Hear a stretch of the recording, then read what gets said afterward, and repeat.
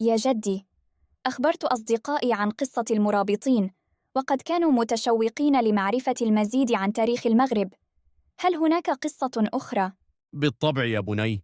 إذا كنت تعرف قصة المرابطين عليك أن تعرف عن الدولة التي جاءت بعدهم، دولة الموحدين.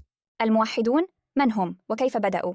بدأت قصة الموحدين في القرن الثاني عشر الميلادي، عندما كانت دولة المرابطين قد ضعفت. ظهر رجل يدعى محمد بن تومرت، وكان عالما ورجل دين قوي الشخصية. وماذا فعل محمد بن تومرت؟ كان يؤمن بإصلاح الدين والمجتمع.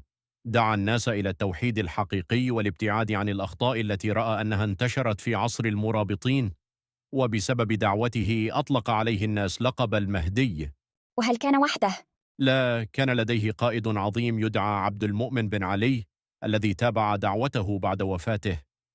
عبد المؤمن كان قائدا عسكريا قويا وذكيا، نجح في تأسيس الدولة الموحدية على أنقاض دولة المرابطين. وكيف كانت دولتهم؟ كانت دولة الموحدين قوية جدا، حكموا مناطق واسعة من المغرب والأندلس وحتى شمال إفريقيا.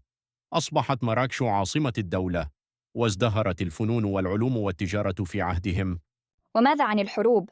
هل خاضوا معارك مثل المرابطين؟ نعم، أشهر معاركهم كانت معركة الأرك في عام 1195 ميلادي. قاد الخليفة الموحدي يعقوب المنصور جيشا كبيرا، وهزم الجيوش المسيحية في الأندلس، مما جعل دولتهم تحظى بمكانة عظيمة. هذا مثير. وهل استمرت دولتهم طويلاً؟ للأسف، مثل كل الدول، مرت دولة الموحدين بفترات ضعف بعد وفاة يعقوب المنصور.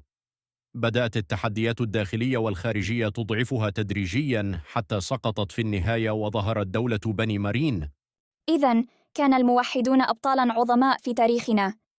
بالطبع يا بني، كانت دولتهم منارة للعلم والقوة، وتركوا بصمة لا تنسى في تاريخ المغرب. سأحكي هذه القصة لأصدقائي أيضاً. هذا جميل يا بني. معرفة تاريخ أجدادنا هو مفتاح لفهم حاضرنا ومستقبلنا.